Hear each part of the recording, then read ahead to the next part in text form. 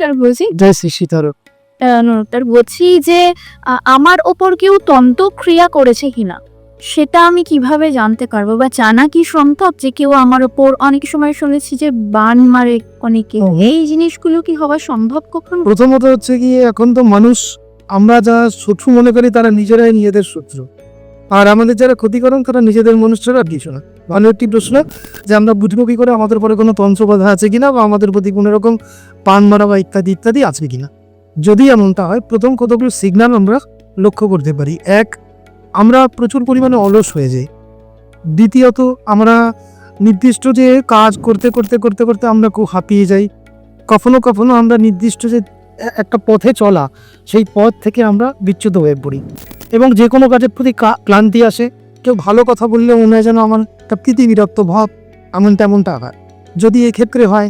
অথবা দেখা যাচ্ছে এমন পরিবেশ, ঘরের মধ্যে কোনো রকম দুর্ঘটনা বা কারোর শরীর খারাপ সারছে না, বা তখন বিভিন্ন রকমভাবে ডাক্তারি পরামর্শ নেওয়া হচ্ছে কিন্তু কোনো রকম কিছুই হচ্ছে না, বারংবার কারো না কারো জোরে শরীর খারাপ দিয়ে রয়েছে।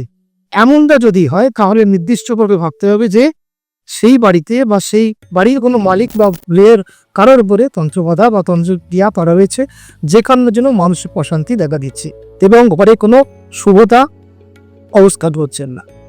আচ্ছা, এই তন্ত্রক্রিয়া আমি কাটাবো কিভাবে?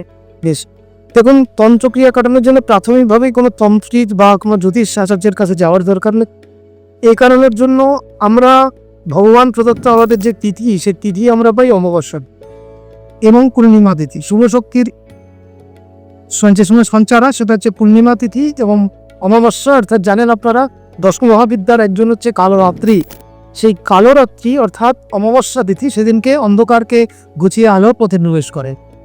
সেই মহাবিদ্যাকে স্মরণ করে কিছুই করতে হবে না। আপনাদের বাড়িতে যে গোবরের যে ঘুঁটে হয়, একটা ঘুঁটে নিন, ঘুঁটেটিকে চাপটে টুকরো করুন, তার মধ্যে একটু ঘি মাখিয়ে নিয়ে তার মধ্যে সামান্য কর্পূর, সামান্য ধুনো এবং তার সাথে সাথে 3টে জায়ফল এবং 7টি লবঙ্গ এভাবে জ্বালিয়ে নিয়ে আপনার বাড়ির যে দিশাবলী আছে, যে আমরা ডিরেকশন পাই বাস্তুতে, আমরা জানি যে 16টি দিশা আছে আমাদের, সেই 16টি দিশা অনুসারে প্রত্যেকটা দিশাতে আপনি সেই ধূপ দেখান এবং ভগবানের কাছে প্রার্থনা করুন যে যদি কোনো তন্ত্রবাধা থাকে সেই তন্ত্রবাধা যেন দূরীভূত হয়।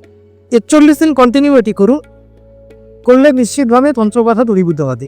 আরও যদি তখন মনে হচ্ছে যে হ্যাঁ সত্যি এটা করার পর আবার এখনও মনে হচ্ছে যে হলো না, বেশিরভাগ ক্ষেত্রে এটা আমরা দেখি যে এটা হয়ে যায় যদি খুব শক্তিশালী বা অসাধু মানুষ কোনো রকম প্রয়োগ করে থাকে, গৃহের মধ্যে কোনো কিছু প্রয়োগ করা থাকে, তাহলে অবশ্যই আপনাকে আলাদাভাবে যোগাযোগ করতে হবে।